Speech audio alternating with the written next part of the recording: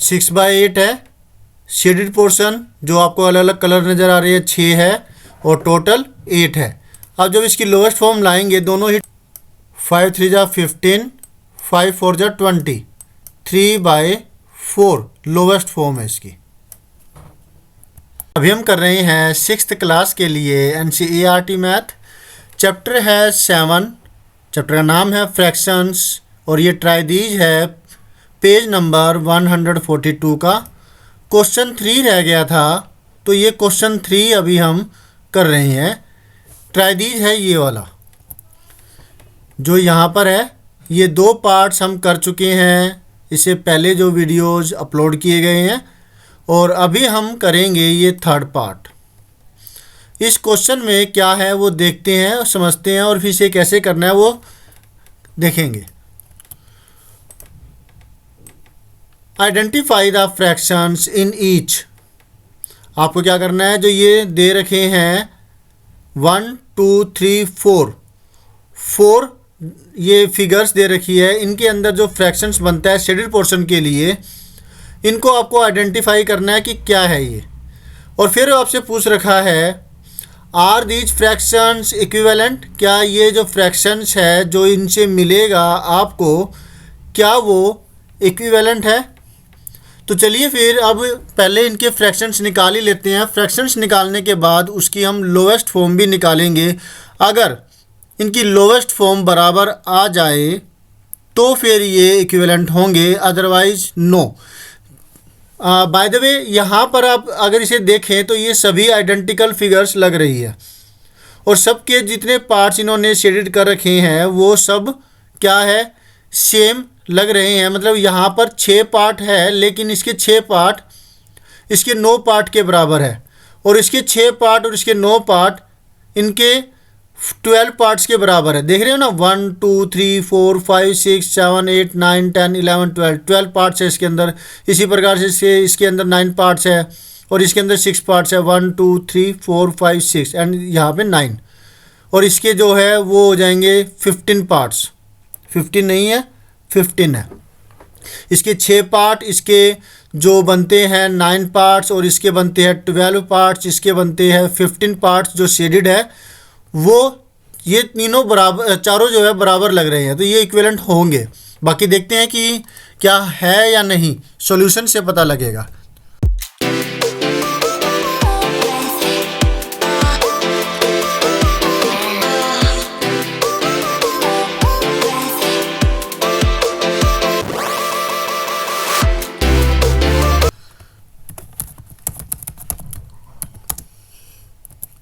Solution में हम देखें इन फर्स्ट फिगर, जो ये फर्स्ट फिगर है इसके अंदर जो फ्रैक्शन है F1, हम इसको डिनोट कर देते हैं फर्स्ट फ्रैक्शन।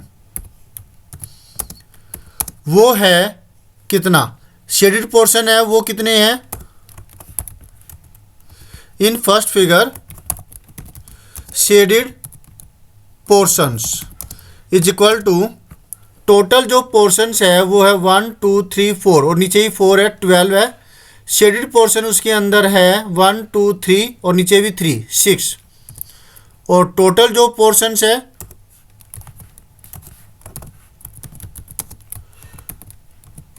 टोटल पार्ट्स कह लो या total division is equal to वो है 8। Is that clear. Total divisions यहाँ पर देखिए 8 है, 1 2 3 4 5 6 7 8। ये 8 जो बॉक्सेज है ये है, और इनमें जो शेडेड पोर्शन है वो ये वाले हैं, जिसमें कि ये वाला कलर देते हैं, ये वाला 1 2 3 है ना। अगर मैं इनको ये कलर करूं, देखिए 1 2 3 4 5 6, ये 6 जो पोर्शंस है ये है शेडेड। बोलिए क्लियर है या नहीं है। इसी प्रकार से हर एक में है। तो टोटल डिविजन्स हुई 8 जो कि यहाँ पर है, और शेडेड पोर्शंस है वो है 6। तो फ्रैक्शन हो जाएगा,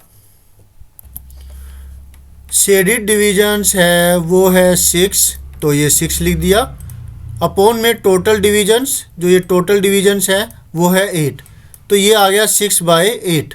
अब 6/8 की लोवेस्ट फॉर्म अगर हम करना चाहें तो ये तो एक तो ये ठीक है, ओके है, 6/8 जो है हमारा आ गया, लेकिन इसकी लोवेस्ट फॉर्म भी हम निकाल ही लेते हैं, ज़रूरत पड़ेगी हमें। 6/8 है, शेडेड पोर्शन जो आपको अलग अलग कलर नज़र आ रही है 6 है, और टोटल 8 है। अब जब इसकी लोवेस्ट फॉर्म लाएंगे, दोनों ही 2 की टेबल पे डिवाइड हो रहे हैं, 2 3 जार 6 और 2 4 जार 8, आपको मिलता है 3/4, राइट। तो ये फर्स्ट पार्ट है, ये हमने कर दिया। टीचर्स कहें कि डायरेक्ट कर दो तो आप डायरेक्ट भी कर सकते हो उसको, कि फ्रैक्शन फॉर फर्स्ट, तो आप सिर्फ इतना सा करेंगे कि 6/8 आपको अच्छे से समझ में आए, इसलिए मैंने थोड़ा सा इलेबोरेट इसको कर दिया, ठीक है। तो इतना पार्ट करके आप इसे लोएस्ट फॉर्म में निकाल सकते हैं, इतना, तब भी ये ओके है। अब निकालते हैं सेकंड पार्ट, जो टोटल जो इसमें थोड़ी सी जो चेंजिंग करनी है वो हम चेंजिंग कर देंगे, और फिर इसको इसी तरीके से निकालने वाले हैं। तो इसके अंदर आप देखें तो इसमें टोटल जो डिविजन्स है वो बदल चुकी है, 4 ऊपर है, फिर 4 है, और फिर 4 है, राइट। 1 2 3 4 1 2 3 4 1 2 3 4 4 + 4 + 4 12 हो गई। तो टोटल डिविजन्स इस बार यहाँ पर 12 है, पहले 8 थी। शेडेड डिविजन्स है वो भी बदल चुकी है, 3 3 है, 3 3 के 3 3 3 के 3 रोज है, 1 2 3 1 2 3 1 2 3, तो ये हो गया 9।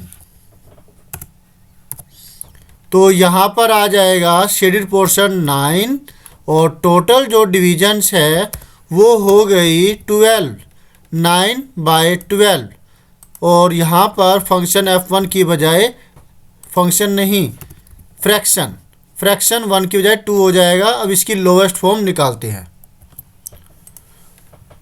3 पर कट रहा है, ये 3 पर डिवाइड हो रहा है, 3 4 जार 12, 3/4, इसकी भी जो लोवेस्ट फॉर्म है वो 3/4 ही आ रही है। तो ये भी क्या हो गया, इक्विवेलेंट फ्रैक्शन है। हमारे जो पहले 2 फ्रैक्शंस थे,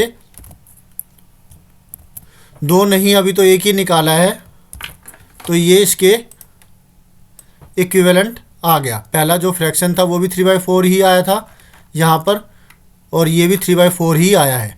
इसी प्रकार से बाकियों के अंदर भी हम जो चेंजिंग है वो कर देते हैं। तो अब यहाँ पर जो है ये देखिए, जो शेडेड पोर्शन है वो है यहाँ पर 3 ये हो गए, 3 ये हो गए, इस तरीके से ये 5 टाइम्स है। तो क्या हो जाएगा, जो शेडेड पोर्शन है 3 × 5 15, और जो टोटल पोर्शन अगर हम काउंट करें, जो इसमें डिविजन्स है जो कि यहाँ पर टुकड़े कर रखे हैं, तो फिर वो थोड़े से एक्सटेंड हो जाएंगे और ये 4 4 के हो जाएंगे।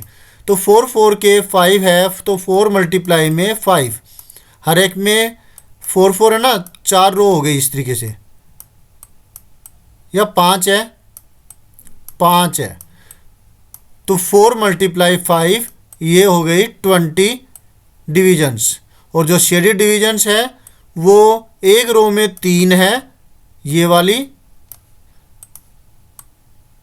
और इस तरीके से ये 5 है, तो 3 × 5 15, ठीक है। तो फिर इसका जो शेडेड पोर्शन ऊपर 15 और नीचे आया 20।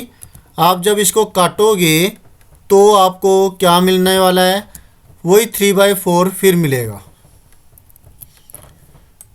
5 3 × 15, 5 4 × 20, 3/4 लोवेस्ट फॉर्म है इसकी। तो अब आप क्लियरली देख लीजिए कि हमने जो ये अलग अलग पार्ट्स की निकाली है, जो फ्रैक्शंस निकाले हैं और उनकी लोएस्ट फॉर्म निकाली है। सबसे पहला पार्ट किया था ये वाला, टोटल डिविजन्स 8 और शेडेड डिवीजन 6। तो 6/8 और फ्रैक्शन हमारा आया था 3/4 लोएस्ट फॉर्म के अंदर। दूसरे पार्ट के अंदर टोटल जो डिविजन्स थी 12, जिसमें एक रो में 4 डिविजन्स है तो 3 रोज थी, और शेडेड डिविजन्स आई थी 9। इसकी लोएस्ट फॉर्म निकाली हमने 9/12 की, जो कि सेकंड फ्रैक्शन आया 3/4 आया। अब थर्ड जो फ्रैक्शन हमारा निकला वो आया था 12/16, ये वाला थर्ड। तो इसमें टोटल जो डिविजन्स थी या है कह लीजिए कि 4 4 जा 16, एक रो में 4 है तो 4 रोज में कितनी हो गई, 4 × 4 16। शेडेड डिविजन्स जो यहाँ पर आप देख रहे हैं अलग अलग कलर में, तो 3 3 3 3, 3 4 जा 12 हो गई। तो फ्रैक्शन आया 12/16 शेडेड पोर्शन का, और लोवेस्ट फॉर्म आई जब हमने इसको निकाली 3/4। और चौथे के अंदर भी यही चीज़ हुई, सबकी लोएस्ट फॉर्म बराबर है। क्लियरली